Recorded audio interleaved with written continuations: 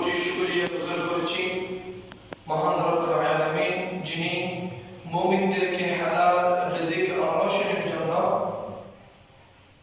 হালাল রিজিক তালাশের জন্য যিনি আমাদেরকে আদেশ দিয়েছেন, যিনি আমাদেরকে সবার আগে মসজিদে উপস্থিত হওয়ার জন্য তৌফিক দিয়েছেন, দুনিয়াবি সমস্ত কর্মকাণ্ডকে পিছনে রেখে আল্লাহর ঘর সালে কাবা মসজিদের মধ্যে সবার আগে আসার মতন সৌভাগ্য নসিব করেছেন।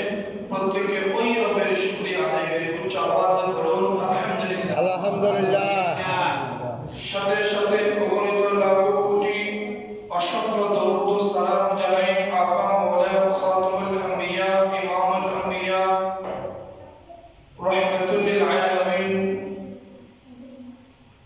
রাসূলুল্লাহ সাল্লাল্লাহু আলাইহি ওয়াসাল্লামের নূরানি রওজা মুবারকে।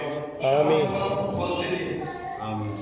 আজকে খুতবার বিষয়বস্তু হলো হালাল রিজিক উপার্জন খরচ, হালাল রিজিক অন্বেষণ তালাশ প্রসঙ্গে ধারাবাহিকতার সাথে অতীব জরুরি গুরুত্বপূর্ণ কিছু কথা আপনাদের সামনে বলা, সকলকে ধৈর্য সহকারে শ্রবণ করার মতন আল্লাহ তাআলা ধৈর্য এবং তৌফিক দান করুন। প্রত্যেকে বলুন আমিন।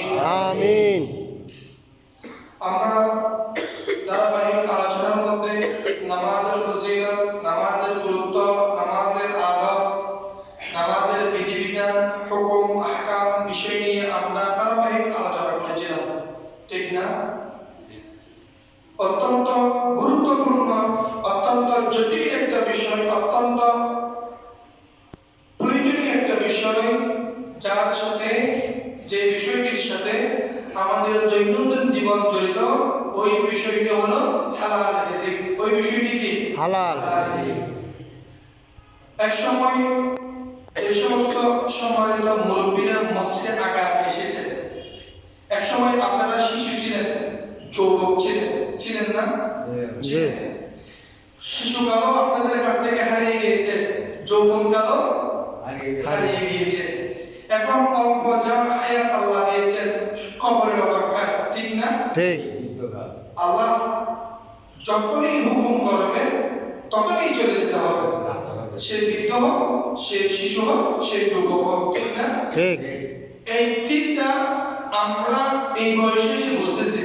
আমার সমাজের, আমার দেশের নওজোয়ান ভাইরা এই ঠিকটা এখনো তাদের মাথার মধ্যে, তাদের কলবের মধ্যে বোঝা আসে নাই। এখনো তারা মসজিদের আজান হয়ে গেছে, মসজিদের জমা আগে আসতে হয়, আজানের সাথে সাথে আসতে হয়, মসজিদের আগে এসে আল্লাহ জিকির করতে হয়, রাসূলের দরুদ পড়তে হয়। গুরুত্বপূর্ণ যে মাসালা মাসাইল বিষয়ের উপর সপ্তাহে শুধু একদিন, কয়দিন? একদিন আলোচনা হয়। প্রথম থেকে শেষ পর্যন্ত সমস্ত আলোচনা শ্রবণ করব। এরকম একটা প্রাণপণ প্রচেষ্টা, আগ্রহ আমাদের যুব সমাজের মধ্যে সাধারণত দেখা যায় না। যদি বলুন ঠিক কিনা? ঠিক। উচিত আমাদের যুব সমাজের, তারাই আমাদের রাষ্ট্রের আগামী ভবিষ্যৎ, ঠিক না? ঠিক। তারাই সমাজ নির্মাণ করবে, তারাই দেশ নির্মাণ করবে, ঠিক না? ঠিক। 2024 আমাদেরকে মেসেজ দেয়, কোন ফ্যাসিস্ট, কোন অন্যায়, কোন জুলুম, কোন অপবাদ আমরা কখনো সহ্য করব না। এই মেসেজটা দিয়েছিল আমার দেশের যুব সমাজ। আমার দেশের কোন সমাজ? যুব সমাজ। যুব সমাজ যদি জ্ঞান বিজ্ঞানে দক্ষতায় চতুর্দিকে এরা যদি জ্ঞানের সমাহার যদি এদের মধ্যে না থাকে, প্রত্যেকটা পায়ে পায়ে প্রত্যেকটা দিন নতুন নতুন সমস্যা, নতুন নতুন ফিতনা, নতুন নতুন বিপদ আমাদের সামনে, তাদের সামনে সম্মুখীন হবে, ঠিক না? ঠিক। তো আমাদের আজকের বিষয়বস্তু হলো হালাল রিজিক উপার্জন। আপনারা জানেন একেবারে অতীব বিদ্যুৎ গতিতে একটা দিন আমাদের কাছ থেকে চলে যাচ্ছে, আরেকটা দিন নতুন আসতেছে। একটা জমা চলে যাচ্ছে, আরেকটা জমা আসতেছে, ঠিক না? ঠিক। একেবারে বিদ্যুতের গতির মতো। কি রে, জুমার নামাজ পড়েছে, জুমা হয় 2 দিন হয় না, জুমা একটা চলে আসছে। আমাদের এরকম মনে হয় সপ্তাহে দিনের মতন মনে হচ্ছে, আর দিনকে মিনিটের মতন, ঘন্টার মতন মনে হচ্ছে, সপ্তাহে মাসের মতন মনে হচ্ছে, ঠিক। মাসকে সপ্তাহের মতন মনে হচ্ছে, ঠিক না? ঠিক। যাই হোক,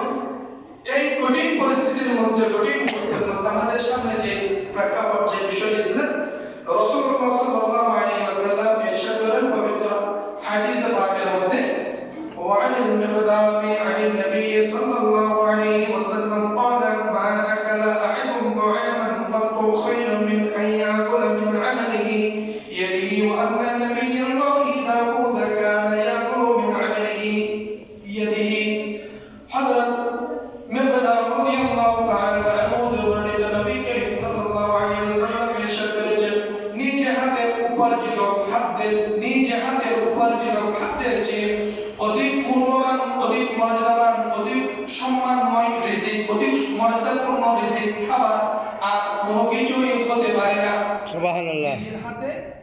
নিজের হাতে অর্জিত যেই টাকা পয়সা ওগুলোর বিনিময়ে আমরা বাজার থেকে ক্রয় করে চাউল ডাল তরকারি আমরা খাদ্যের মধ্যে রান্না করে খাই না?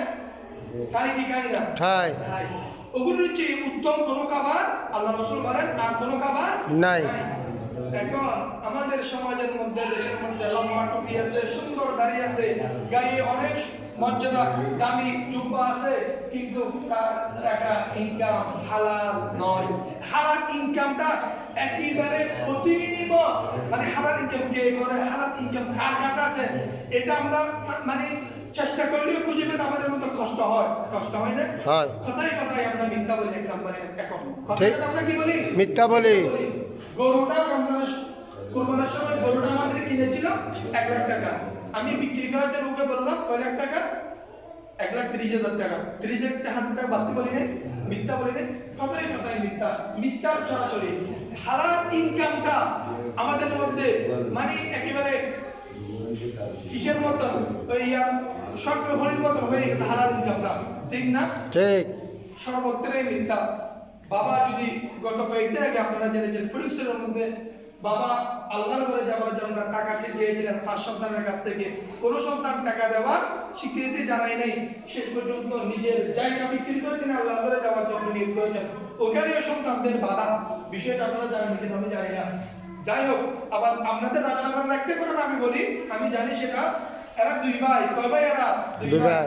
মা সন্তানকে ডেকে বলে, বাবা নাই, বাবা আল্লাহর ঘরে যাওয়ার জন্য আমার কলিজাটা একেবারে বেকুল হয়ে গেছে, বাবা আমি আল্লাহর ঘরে যেতে চাই, জানি না কয়দিন বাঁচবো, আমাকে একটু আল্লাহর ঘরে যাওয়ার ব্যবস্থা করে দাও না। ছোট সন্তান বলল, মা আমার বাবার যে সম্পদ আপনার হাতে রয়েছে, আমার ভাগের যে সম্পদ, ওই সম্পদটুকু আমি আপনাকে অনুমতি দিচ্ছি, আপনি বিক্রি করে দেন। সুবহানাল্লাহ। বিক্রি করে দেন, আপনি আল্লাহর ঘরে যান, আল্লাহর ঘরে গিয়ে আমার জন্য মা রাসূলের দরবারে গিয়ে আমার সালাম জানিয়ে, আমার জন্য 2 চোখের পানি ছেড়ে দিয়ে, শুধু আমার জন্য, আমার সন্তানদের জন্য, আমার স্ত্রীর জন্য দোয়া করবে মা। সুবহানাল্লাহ। সব সন্তান যোগ্য সন্তানের পিতা অনেকেই রয়েছে আমাদের সমাজে, আছে। অসৎ সন্তান, অযোগ্য সন্তান অনেকের বাড়ির মধ্যে রয়েছে, আছে কি? আছে। যে সন্তান আযানের সাথে সাথে মসজিদমুখী হয়, ওই সন্তান সৎ সন্তান। যে সন্তান মানুষকে সৎ উপদেশ দেয়, মানুষকে কল্যাণের দিকে আহ্বান করে, মানুষকে নামাজের দিকে আহ্বান করে, মানুষকে সৎ দিক নির্দেশনা দেয়, মানুষকে সৎ পথে আহ্বান জানায়, ওই সন্তান হলো নেক সন্তান। আর যে সন্তান ইয়াবা হয়, গাঁজা হয়, নেশা করে, নামাজের মধ্যে নাই, পিতামাতার অবাধ্য, সমাজের চোখে একেবারে নোংরা চরিত্রের অধিকারী, সেই সন্তান কখনো ভালো সন্তান হতে পারে না, কখনো ওই সন্তান দিয়ে বাহির হবে না। মা আমার সম্পদ বিক্রি করে, আমার জায়গা বিক্রি করে আপনি আল্লাহর ঘরে যান, ওরকম কখনো বাহির হবে না। সব সন্তান হওয়ার জন্য প্রথম বৈশিষ্ট্য হলো আমাদেরকে আল্লাহর ঘরে, আল্লাহর সামনে কাবার মধ্যে সবার আগে উপস্থিত থাকা। সবার আগে কি থাকা? উপস্থিত থাকা। হযরত আল্লাহ তাআলা পবিত্র কালামে ফুরকানের মধ্যে ইরশাদ করেন, ইয়া বিসমিল্লাহির রহমানির রহিম, ইয়া আইয়ুহান নাসু কুলু মিম্মা ফিল আরদি হালালান তাইয়িবান ওয়া লা তাত্তাবি'উ খুতুওয়াতিশ শাইতান ইন্নাহু লাকুম আদুউম মুবিন। মহান রব্বুল আলামিন পবিত্র কালামে ফুরকানের মধ্যে ইরশাদ করেন, তোমরা জমিনে যা যত পবিত্র হালাল খাবার রয়েছে, জমিনের মধ্যে কি রয়েছে? অসংখ্য হালাল খাবার রয়েছে, যেগুলো খাওয়া ইমানদারদের জন্য বৈধ। ওই হালাল খাবারগুলো তোমরা অন্বেষণ করো, খালাস করো, পরিশ্রম করে, মেহনত করে ওই খাবারগুলো তোমরা কি করো? তোমার জন্য, তোমার পরিবারের জন্য গ্রহণ করো। খবরদার শয়তানের পতঙ্গ, শয়তানের পথ অনুসরণ করিও না। ইনকাম করার সময় এক নাম্বার শয়তান আমাদেরকে ধোঁকা দেয়। আমি একটা কাপড় আপনাকে দিচ্ছি, কাপড়টা কিন্তু বাংলাদেশি, আমি আপনাকে বললাম ইন্ডিয়ানি কাপড়, বললাম কি মিথ্যা কথা, আমার ইনকামটা হালাল নয়, তখন আমার ইনকামটা কি হয়ে গেল? হারাম। আমার ইনকামটা কি হয়ে গেল? হারাম। হারাম। আপনি আপনি এখান থেকে শহরে যাবেন, আপনার গাড়ি ভাড়া হচ্ছে 90 টাকা, কিন্তু যিনি গাড়ি ভাড়া নিচ্ছেন না, গাড়ি ভাড়া 120 টাকা, উনি আপনার কাছে জোর করে নিচ্ছেন, জবরদস্তি করে নিচ্ছেন। ওটা ওই বাড়তি ইনকামটা, নির্দিষ্ট ইনকামটা, ওটা হচ্ছে কি হারাম। ওটা কি হারাম। আপনি বাজারের মধ্যে ধান বিক্রি করার জন্য যাচ্ছেন, ভালো ভালো ধানগুলো উপরে দিচ্ছেন আর সুবাগুলো নিচে দিচ্ছেন, বস্তার নিচে দিচ্ছেন। ওর দুঃখবাজি কাজ আছে না? আছে, আছে না? আছে। এই দুঃখবাজি কাজ সৌদাবার কেনার সময় উপরে বারো ধানগুলো দেখছেন, নিচের